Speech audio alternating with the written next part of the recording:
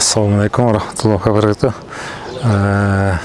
Чындыгында бұл Жусуп Баласаган атындагы дини окуу борборуна келип бүгүн биз зыярат кылып, кыдырып көрүп чыктык.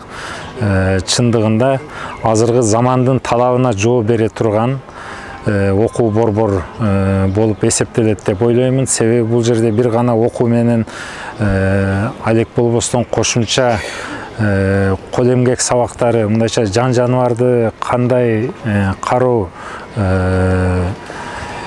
жана башка ушул сыяктуу кошумча кол эмгекке байланыштуу сабактар да өтүлөт экен. Бул жерде балыктарды кандай караш керек, балык өстүрүү, жылкыларды, төөлөрдү кандай багуу керек, ошолор боюнча дагы бул жерде жакшы иш-чаралар өтүп атыптыр.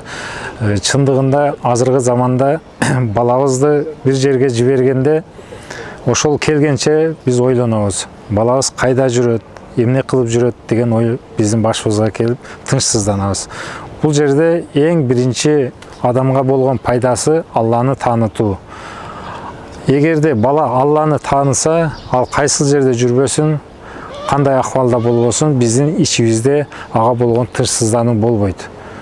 Аллага балабызды тапшыра турган болсок, значит балабыз Алла Тааланын алдында жакшы жүрөт деген ойдо болобуз. Ошон үчүн бул жерде Алланы да таанытуу, динди таанытуу, кошумча ушу мектеп программаларында окутуу, биргеликте иш алып барылыптыр. Бул жерге чоң жамааттарга чоң ыраазычылык билдиребиз.